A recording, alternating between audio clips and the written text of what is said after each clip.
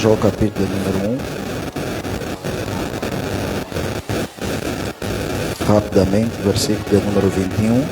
Enquanto os irmãos procuram, quero louvar a Deus pela sua graça, sua bondade e sua misericórdia. Você pode se colocar em pé, está saudável, por favor, coloca-se em pé.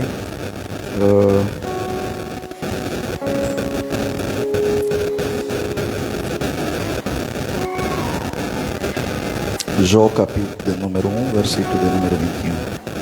A palavra do Senhor diz assim: E disse, não saí do ventre de minha mãe, e não tornarei para lá.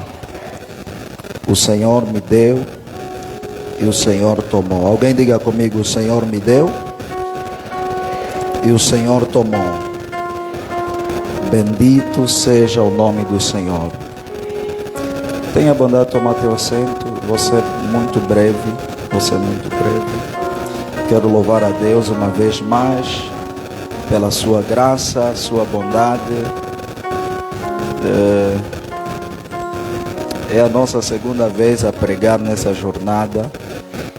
E como na primeira vez não concluímos a mensagem que pregamos, então hoje vamos concluir a mensagem que começamos na semana passada. Alguém diga amém. Alguém diga amém.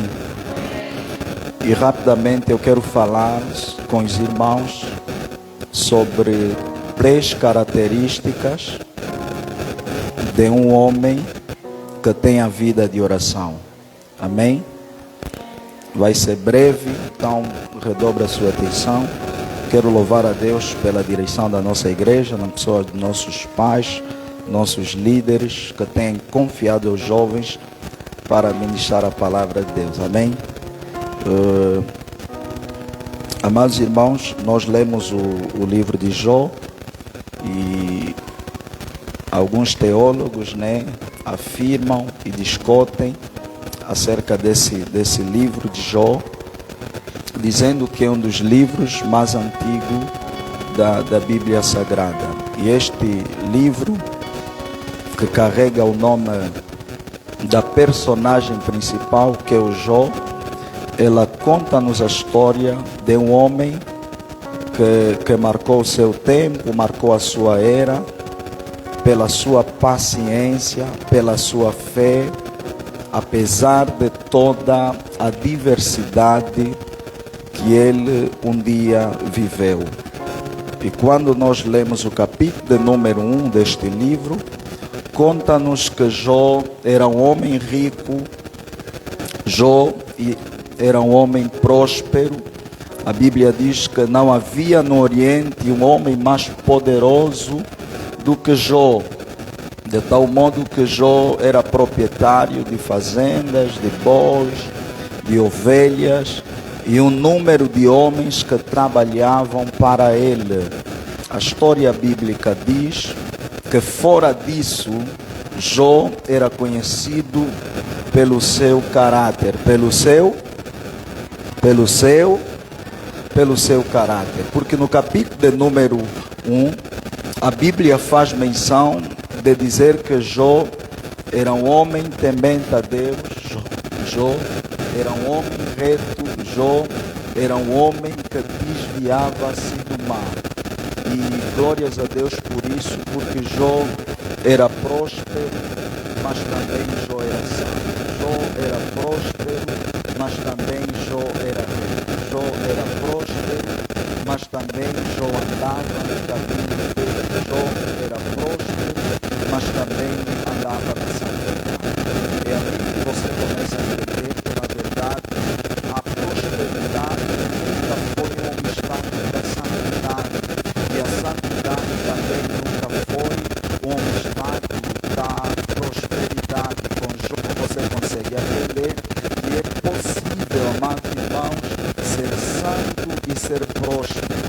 É possível ter esse equilíbrio entre uma vida próspera e uma vida reta diante de Deus. O que muitas das vezes o mundo coloca na cabeça de algumas pessoas é que se você ser próspero,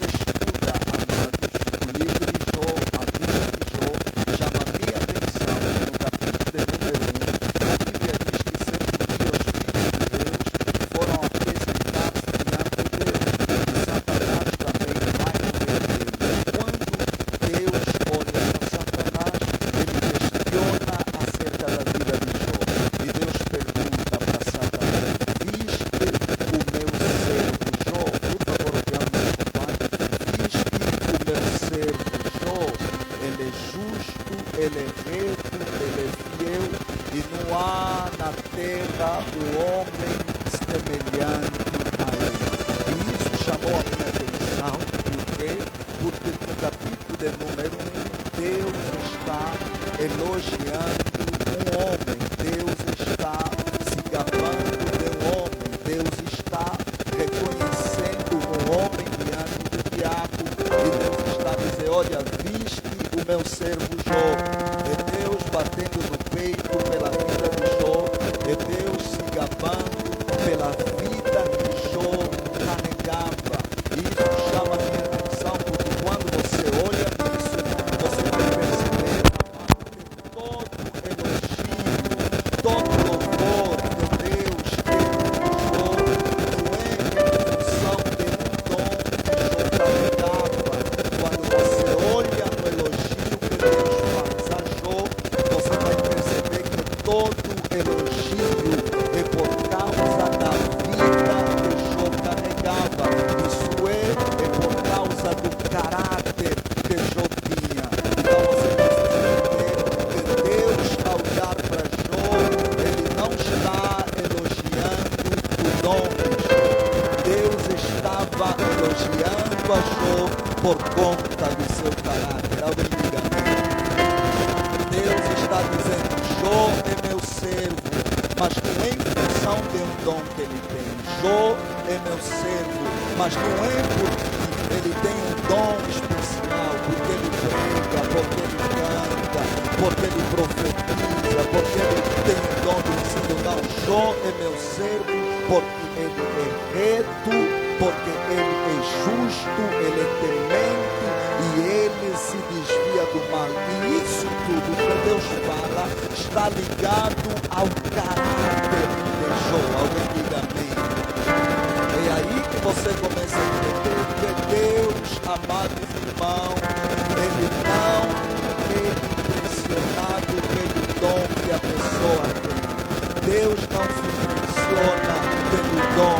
Deus é apaixonado pelo caráter. Quando você olha e estuda a vida de Jó, você precisa entender que Deus está dizendo: Jó é meu servo.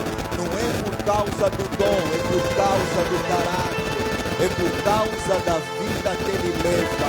É ali que você entende que servo de Deus, amados, o que torna alguém servo de Deus não é o dom. O que torna alguém servo de Deus é o caráter que carrega. Deixa eu melhorar para alguém entender. O homem não é servo de Deus porque canta. O homem não se torna servo de Deus porque prega bonito, porque tem uma boa retórica, porque profetiza, porque levanta a mão, toda a igreja cai. O que faz de alguém servo de Deus é o caráter que ele carrega. E aí nós começamos a entender, amados, que por mais que o homem cante bonito, por mais que o homem pregue bonito, por mais que o homem tenha todo o dom do mundo, se ele não tiver caráter, ele não é servo de Deus. Aí alguém vai perguntar: Tadeu, e se é pastor? Tadeu, e se é diaconisa? Tadeu, e se é evangelista? Deixa que eu te diga. Ele pode ter consagração humana, ele pode ter, amados, qualquer título que há na terra, ele pode ser conhecido como pastor, ele não é homem de Deus. Tadeu, e se ele prega de Luanda a Luanda, ele viaja em província, ele viaja de país em país, ele pode ser conhecido na terra. O teu dom, o que vale é o teu caráter. Vamos na Bíblia. É por isso, em primeira carta de Coríntios, capítulo número 3, Paulo está a dizer: irmãos de Coríntios, quanto a vós, eu não vos escrevi como os espirituais, mas como carnais. Por quê? Porque ainda há mentira no meio de vocês, há divisão no meio de vocês. Mas quando você lê o capítulo número 1, Bebeto, Paulo está a dizer: obra, alguém pode pregar bonito, se tem dom, mas não tem caráter, é carnal. Pode ser pastor, se tem do dom, luta por causa do caráter, porque quando Jesus voltar, Ele não vai vir buscar quem canta bem, quem prega bem, quem ora muito, quem é pastor, quem diaconiza. Ele vai buscar quem tem caráter. Quando você lê o capítulo número 1, a Bíblia diz que Jó oferecia sacrifício pelos seus filhos. Jó contava o número dos seus filhos e ele orava a Deus por ele. Quer dizer que Jó era um homem de oração. Jó era um homem de oração. E isso é bonito, Bebeto, porque Jó tinha 10 filhos, 7 homens e 3 meninas, mas ainda assim Jó tinha tempo de oração. Não, Jó não era Kunanga, amados. Jó era o maior empresário do Oriente, mas ainda assim Jó tinha tempo de oração. Há pessoas que dizem assim: eu não oro porque não tenho tempo, a família, o filho. Amado, Jó tinha 10 filhos, ainda assim ele entendeu: a oração é prioridade na minha vida. Jó era empresário, mas ainda assim tinha tempo para orar, porque ele entendeu que não se vive uma vida sem oração. Oração é fundamento, oração é pilar que sustenta a minha vida, que sustenta a igreja, que sustenta o meu emprego, que sustenta o meu estudo. Por isso, deixa incentivar alguém: estude, namore, case, tenha família, mas não vive sem oração. Não vive sem oração. Tenha tempo de orar, tenha tempo de se consagrar a Deus. E Jó orava pelos filhos. Jó tinha uma vida de oração. E deixa eu falar, amados, as pessoas que dizem assim: não tem um tempo de oração, amado. Tempo não se tem, tempo se cria. Por isso você vai olhar para Jesus, e aqui ninguém era mais ocupado do que Jesus. Jesus tinha uma vida totalmente ocupada. Às vezes ele passava toda noite sem dormir. Por quê? Porque ele estava a orar. Às vezes ele pregava durante o dia. Como não tinha tempo de dia, ele orava à noite. Às vezes de noite ele descansava e de manhã cedo subia ao monte para orar. Até Jesus, amados, o mais ocupado do mundo, o mais ungido do mundo, o todo-poderoso, ainda assim ele reservava tempo para orar, porque ele entendeu: o tempo da oração é um tempo sagrado, é um tempo sagrado. Deixa eu falar para alguém, amado: tenha tempo de oração. Não tenha tempo de oração, tenha tempo de oração. Evangelho não é só sobre vir na igreja, tenha tempo de oração. Evangelho não é só cantar no coral, tenha tempo de oração. Evangelho não é pula-pula, tenha tempo de oração. Se aplica na oração. E esse Jó que tinha vida de oração, o diabo chegou até Deus e disse: Pai, esse aqui só te adora, só tem comunhão intensa contigo, por causa dos bens que você lhe deu, por causa de tudo que você lhe deu. Lhe deste muitos bens, riqueza, filhos, então por causa disso ele te adora. Aí Deus, como conhecia o coração de Jó, disse: Satanás, vai, toca em tudo que ele tem. E a Bíblia diz que o diabo foi, mexeu nos filhos, mexeu nas propriedades de Jó, mexeu até na saúde de Jó. Amado, Jó foi atacado nas 3 principais áreas da vida. Ele foi tocado na sua família, ele foi tocado na sua saúde, e ele foi tocado na sua propriedade ou na sua riqueza. Mas a Bíblia diz, amados, que daqui a pouco, certo dia, Jó estava orando ou cuidando, ou estava em casa num tempo de repouso. Daqui a pouco alguém vem e diz: Jó, eu estava cuidando das ovelhas do pai, só que daqui a pouco veio o fogo dos céus e de repente matou todas as ovelhas e apenas eu fiquei. Daqui a pouco veio outro trazendo uma má notícia: Jó, os bois morreram. Daqui a pouco outro vem e diz: Jó, as vacas também morreram. Daqui a pouco, amados, alguém vem correndo e diz: Jó, os teus filhos estavam reunidos em casa de um deles, e de repente vem veio um forte vento, bateu sobre a casa caiu e todos morreram, não restou ninguém. Aí a história diz, amados, que a notícia era tão grave, a notícia era tão difícil para Jó, que ele não aguentou. A Bíblia diz que ele dobrou o joelho, amados, mas quando você estuda a história, não é que Jó dobrou seu joelho, é que a notícia foi tão forte, tão impactante, que ele perdeu a força nos pés e ele caiu sobre si. E quando ele cai sobre si, ele levanta a sua voz e diz: nu saí do ventre da minha mãe e nu também voltarei para lá. O Senhor me deu, o Senhor me tirou, o Senhor me deu, o Senhor me tirou. Você tem que entender, amados, Jó perdeu filhos, Jó perdeu casa, Jó perdeu fazenda, Jó perdeu toda a propriedade. Apesar disso, Jó adorou a Deus. Por quê? Porque Jó fazia parte de uma geração que só precisava de vida para adorar ao Senhor. Quando Jó está a dizer bendito é o nome do Senhor, ele está a dizer: o diabo está enganado, eu não preciso de carro para adorar, eu não preciso de propriedade para adorar, eu não preciso de fazenda para adorar, eu só preciso de vida para adorar o Senhor. Eu quero ver se nesta sala há pessoas da geração de Jó.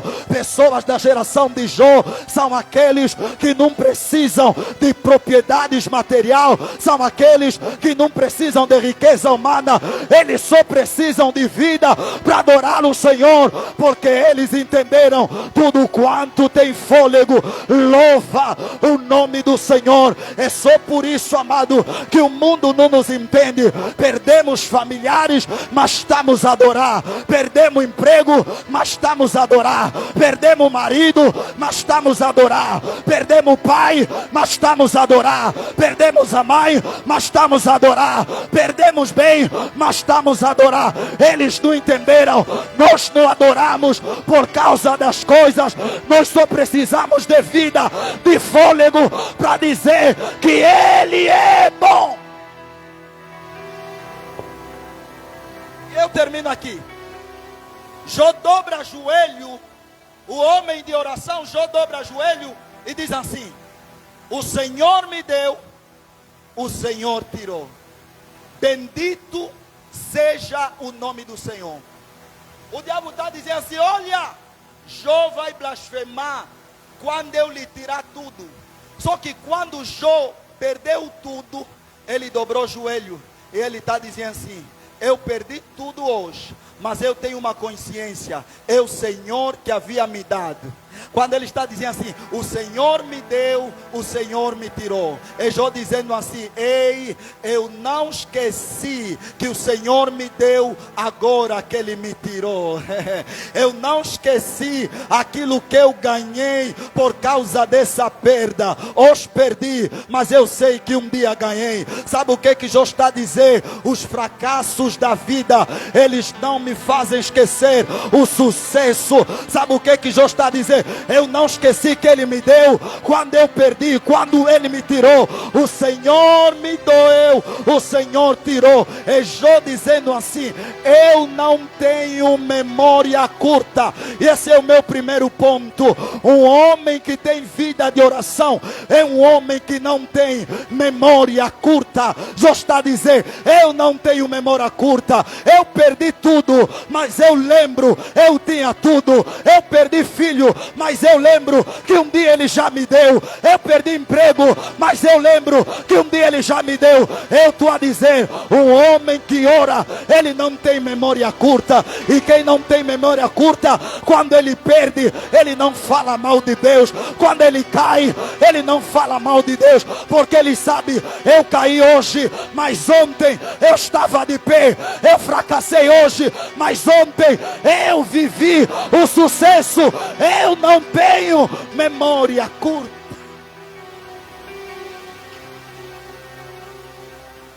Sabe por quê, amados? Que quando o povo de Deus passou, depois de passar o mar vermelho, não tinha água no deserto, o povo começou a blasfemar. Por quê? Tinham memória curtas. Sabe, quem tem memória curta, ele se esquece rápido das coisas que Deus fez. Quem tem memória curta, ele se esquece rápido das portas que Deus já abriu. Jó está dizendo assim: ei, eu não esqueci que Ele um dia abriu a porta. Hoje as portas estão fechadas, mas eu sei, um dia Ele já abriu a porta. Um dia Ele já me fez entrar. Um dia Ele já me deu alguma coisa. Eu estou a chorar sim, mas eu sei que um dia Ele já me deu alegria. Um dia Ele já me deu a paz. Eu não tenho memória curta. Diga no teu irmão: quem ora, diga, quem ora, ele não tem memória curta. E amados, um homem que não tem memória curta é um homem grato. Porque a ingratidão começa quando tua memória é curta. Quando você esquece com facilidade os feitos de Deus na tua vida. Aí começa a ingratidão. E Jó está dizendo: eu não sou ingrato. Eu sei que um dia Ele me deu. Eu sei que hoje Ele me tirou. Mas um dia Ele me deu. Aleluia. Aleluia. Jó está dizendo assim: o Senhor me deu, o Senhor me tirou. Alguém diga comigo: o Senhor me deu, o Senhor me tirou. Sabe o que Jó está dizendo? O Senhor me deu, o Senhor me tirou. Ele está dizendo assim: apesar daquilo que Ele tirou, Ele continua sendo o Senhor. É por isso Ele não diz: o Senhor me deu e Ele tirou. Ele diz: não, o Senhor me deu e o Senhor tirou. O Senhor me deu e o Senhor tirou. Ele está dizendo assim: Ele não é o meu Senhor apenas quando me dá, Ele também é o meu Senhor quando me tira. Ele não é o meu Senhor apenas quando estou de pé, Ele é o meu Senhor também quando estou caído. Ele não é o meu Senhor apenas quando estou fraco, Ele é o meu Senhor também quando estou forte. Ele não é o meu Senhor apenas quando a porta se abre, Ele é o meu Senhor apenas também quando as portas se fecham. Ele não é meu Senhor apenas quando estou alegre, Ele é o meu Senhor também quando estou triste. Independentemente das circunstâncias, Ele é o meu Senhor. E um homem de oração, ele tem Deus como seu Senhor, na alegria ou na tristeza, na doença ou na saúde, em vida ou em morte. Eu vim falar para alguém: Ele é o teu Senhor, Ele é o meu Senhor. Apesar da circunstância, Ele é o meu Senhor. Quando as coisas dão certo, Ele é o meu Senhor. Quando as coisas dão errada, Ele é o meu Senhor. Quando eu estou doente, Ele é o meu Senhor. Quando eu tenho saúde, Ele é meu Senhor. Quando Ele me dá, Ele é meu Senhor. Quando Ele me tira, Ele é meu Senhor. Se eu estou a casar, Ele é meu Senhor. Casamento não chega, Ele é meu Senhor. Se eu estou a estudar, Ele é meu Senhor. Não consegui entrar, Ele é meu Senhor. A porta do emprego se abriu, Ele é meu Senhor. A porta está fechada, Ele é meu Senhor. Se eu cresci, Ele é meu Senhor. Se não cresci, Ele é meu Senhor. Se fui promovido, Ele é meu Senhor. Se não, Ele é o meu. E aqui termino. Quem ora, ele tem Deus como seu Senhor, independentemente de qualquer coisa. Por último, quem ora, descansa no Senhor. Quando Jó está dizendo assim: bendito seja o Senhor, bendito seja o Senhor. Apesar das adversidades, Jó está dizendo assim: bendito seja o Senhor. Sabe o que Jó está dizendo? O meu coração descansa nele, porque eu sei que ainda o meu Redentor vive e que por fim se levantará em meu favor. E é isso que eu vim pregar para terminar. Uma igreja que ora, uma igreja que tem joelho dobrado, é uma igreja que descansa no Senhor, é uma igreja que descansa nele. Oh, no meio da tempestade, nós não lamentamos, nós não blasfemamos, nós não procuramos culpado. Eu lembro, amado, quando Jesus está, aleluia, no barco com os discípulos, aí a tempestade levanta-se. A Bíblia diz que os discípulos estão agitados porque as águas entravam no barco. mas o mestre está a descansar, o mestre está a dormir, o mestre está a dormir. É assim o homem de oração, em meio à tempestade, ele não procura o culpado, ele não procura quem está lhe bruxar, quem está me feitiçando. Mano, aqui feitiço já não atua. Nós estamos num nível aonde magia já não pega, bruxaria já não pega. Nos feitiçar é a mesma coisa que gastar feitiço, porque a nossa vida está escondida com Cristo em Deus, em um lugar aonde a tala não nos acha, o diabo não nos acha, ninguém nos acha. É por isso, vem doença, eu descanso em Deus. Vem luta, eu descanso em Deus. Vem morte, eu descanso em Deus. Vem tempestade, eu descanso em Deus. Perdi tudo, eu descanso em Deus. Eu vim falar para alguém: descansa em Deus, descansa em Deus. Ele é o teu pastor e nada te faltará. Os que confiam nele são como o monte de Sião, que não se abala, mas permanece para sempre. 1000 cairão ao teu lado, 10.000 à tua direita, e você não será atingido. Descansa nele. Se coloca em pé em nome de Jesus.